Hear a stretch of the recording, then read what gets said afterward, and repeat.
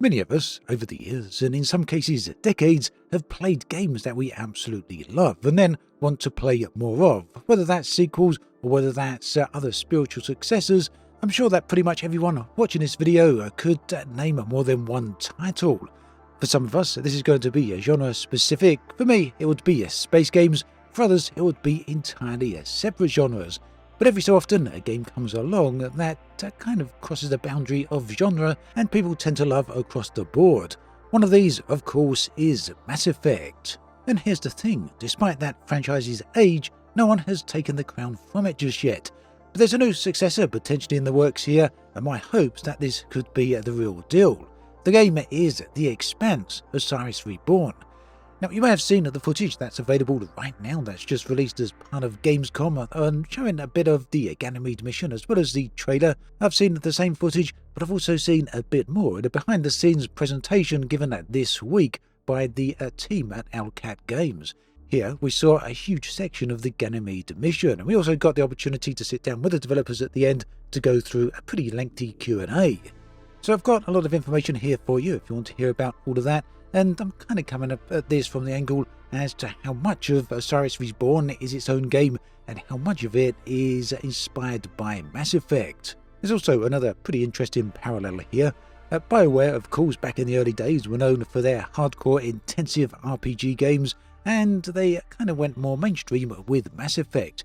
And here we are today with Owlcat Games, who of course are well known for their hardcore intricate RPGs and who are now going mainstream with The Expanse. Yes, it's just a parallel, but I think it's an interesting one. So let's talk about what the game is all about. It is an RPG and it's set in the Expanse universe at the same time as the TV series and the books. It's a third-person RPG with all the trappings that you'd expect with a game of this nature. Now, you have a ship, your ship acts as your hub. That means it's transport and you use it to cross the solar system, but that doesn't mean that you fly it or pilot it yourself. Think here more in the lines of the Normandy. So there's also a lot of iconic areas in the game, such as Ceres and Ganymede. Your companions, meanwhile, live aboard your ship, and occasionally the ship might even come along on a mission and help. At least that's something the developers mentioned. Now, between all the big action-packed mission, there are some proper hubs you can interact with. These can be places that you can wander around. There'd be cities and places like that, little locales, some of them that we know from the TV series. So here there'd be people to talk to, places to shop at, and you might even stumble into some side missions. And if all of that sounds familiar, well, of course it does, because this is, it's the same sort of principle we saw both in Mass Effect as well as on board the Normandy as it took us from place to place. But that said, it'd be very unfair to say this is just a Mass Effect clone and nothing more. Osiris Reborn seems to be very much its own thing. Now, it does depart from some of the other games we've seen. There's a lot of character building going on here, for example, and this is more in the direction of more freedom rather than less, and that's a good thing with Owlcat's history in their CRPGs. Now, there's no class system going on here, nothing at all of that kind. When the developers were asked about multi-classing, they pointed out that the question doesn't really apply to the game, because without classes, there's nothing to combine. There's nothing really going on in that direction. Instead, what we've got here is a skill tree and points to spend, as well as, of course, the capability to change your abilities mid-game. This also means that you have the ability to build characters such as a tank with a shield and shoulder cannon, or running around with a drone and have the drone do a lot of the damage for you. There's a lot of customization here going on, and we actually saw quite a bit of that during the presentation. In one quite memorable example, I remember the team getting bogged down as they were attacked, and some enemies coming out from some doorways, and instead of them facing and attacking the protagonist deployed a drone as a distraction down the corridor, and the enemies went for that initially, allowing the protagonists, the players, to shoot the hostiles in the back. It's very suggestive then that there's a lot of different ways to actually play the game. Quite naturally then, that leads to the question of difficulty, because when it comes to Owlcat games, their CRPGs are very difficult. In fact, they often come with a Pathfinder-style unfair difficulty, something like Iron Man. One life, everything kills you in a single hit, that type of thing. The developers were very upfront about all of this and said that the Expanse is being designed for a wider audience. So that means that the normal and hard difficulties are calibrated with that in mind. That said, however, there was a beta early on in the year, and the team have heard the feedback from all of that, so they're thinking about something more hardcore for those people who want it, although there's no specifics on this yet. But the answer itself is pretty telling, because what it means is that they're not making a CRPG with shooting bolted on and a very basic third-party cover shooter underneath. Instead, what we've got here is a full-on action RPG game. Understandably then, that leads to the questions of tone and seriousness, because obviously, for the most part, CRPGs tend to have quite intricate stories, and often, especially with Outcast history, can have serious undertones.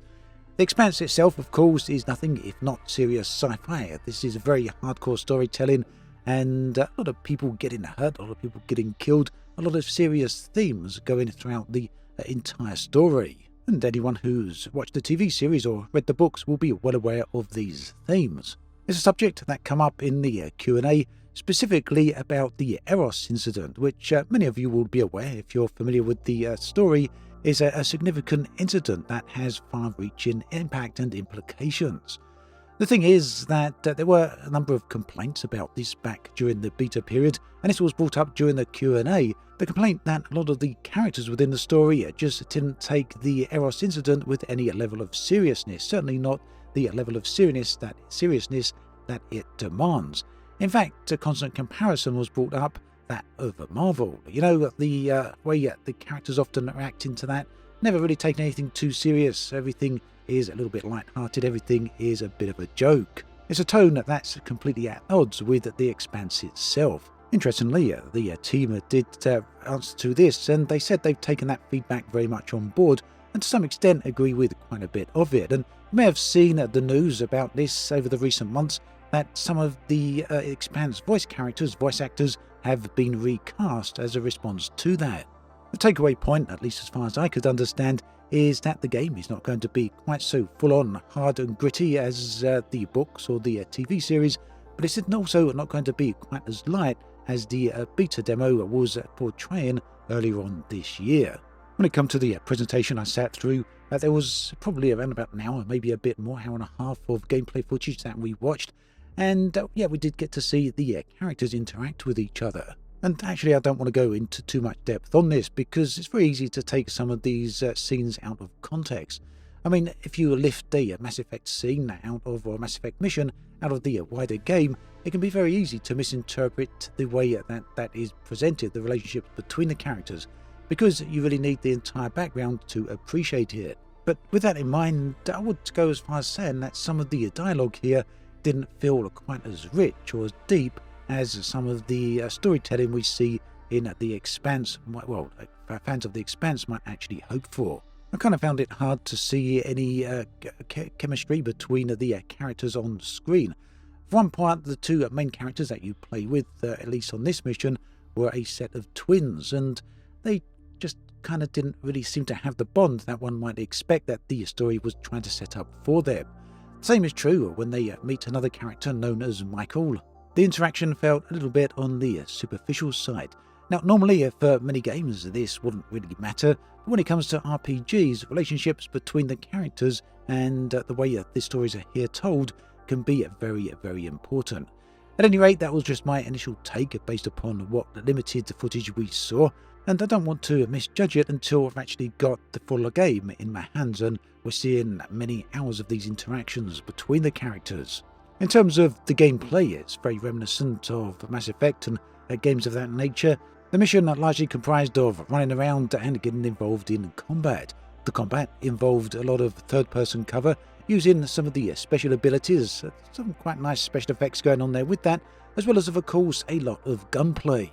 I will say that the mission did feel quite long and very linear, because obviously you're walking down corridors, you're moving from A to B a lot of the time, and that makes it very hard to get a true feel for the overall game, because between missions you'll be returning to hubs, whether that's your ship or other areas in the game or in the game world, and this, I feel, is really what the connective tissue between the missions is. It's where a lot of the interesting parts in other stories actually happen. Games such as The Witcher, such as Mass Effect, or many other big RPGs over the years, a lot of the connectivity, a lot of the really good story building can happen between missions rather than on missions, and as yet I haven't really seen much of that. And I'm actually really looking forward to getting the ability to walk around these hubs and to explore them. All of these are things that the developers have confirmed are in the game, finding new things to solve, things to find, people to interact with, and maybe some of those side missions. For me, this is a big part of this type of RPG. So there we have it. What we've seen so far is one big long mission, and the gameplay looks